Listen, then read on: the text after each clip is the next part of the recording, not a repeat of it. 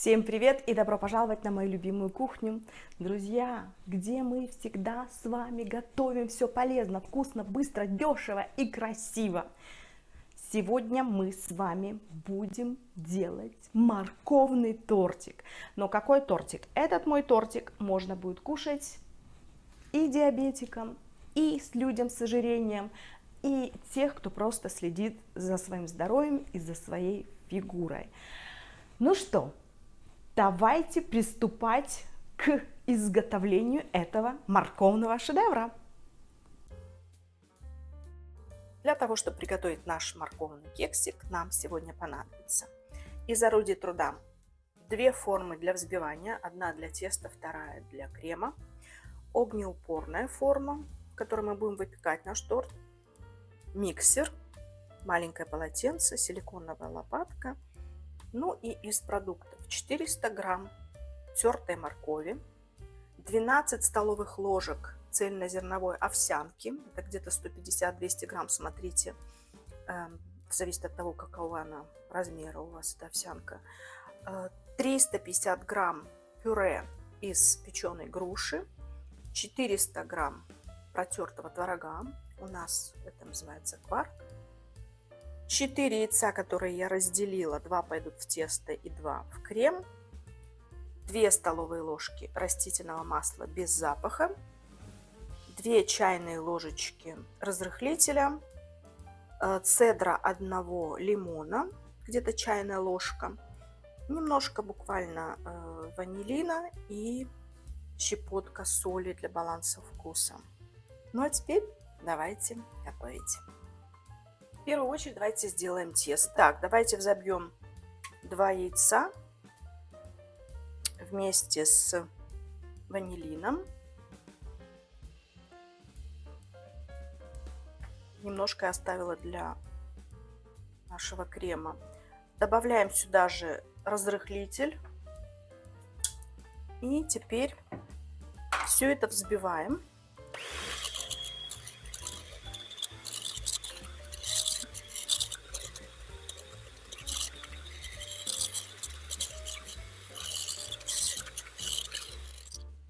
Все это взбиваем до того, чтобы наша яичная масса поменяла немножко цвет и увеличилась в объеме. Теперь мы аккуратненько добавляем наше пюре из груш, половину, а вторую половинку мы оставим для нашего крема. Пюре из груш, вы знаете, мы употребляем и используем для того, чтобы у нас была сладость. Теперь вливаем масло, как я сказала, 2 столовые ложки. Немножечко добавляем, буквально чуточку, цедры, а вторую часть мы отправим в нашу кремовую творожную прослоечку. Морковка даст сладость, сочность нашему тортику. Теперь давайте немножко это все взобьем и добавим овсяные хлопья.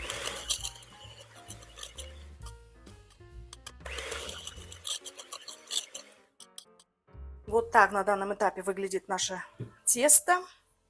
И сейчас мы в него введем наши овсяные хлопья. Еще раз все это хорошенечко взбиваем.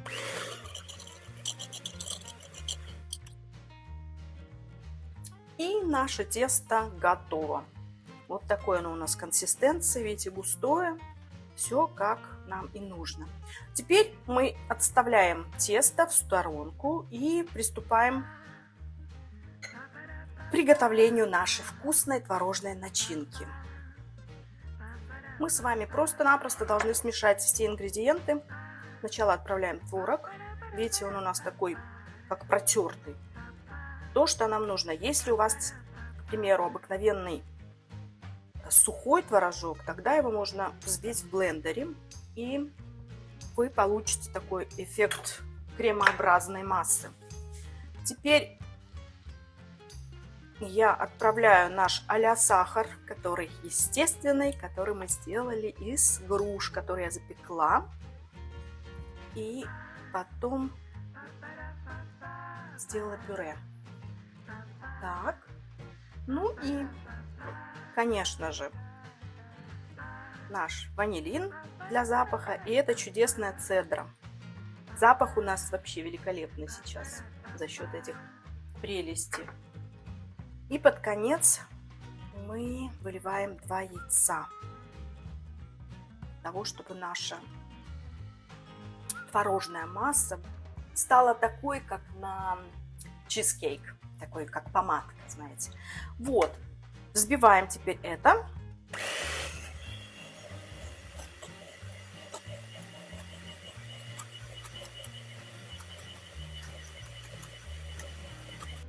Можете попробовать на сладость. Если вам не хватает сладенького, тогда можно добавить еще немножко печеной груши или яблочко, что у вас есть.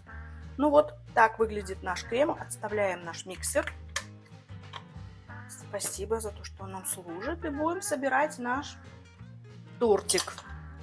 Форму для выпекания мы должны с вами обязательно спрыснуть маслом, для того, чтобы у нас ничего с вами не пригорело. Так вот. И теперь первым слоем мы выкладываем наше тесто, часть теста, половину, так скажем, да, у нас будет как дно, а второй половиной мы прикроем с вами нашу начинку. Так вот. Этого будет достаточно. Разровняем все. Пахнет у нас очень хорошо за счет вот этого ванилина и, конечно же, цедры. Кстати, когда вы будете тереть цедру, обязательно учтите то, что вот эта белая часть лимона, она придает горечь. То есть аккуратненько трите корочку лимона, чтобы у вас было только все желтенькое. И тогда она будет очень приятной и не будет горчить. И теперь выливаем нашу начинку. Эти начинки много, и в этом есть и наша вся прелесть этого тортика.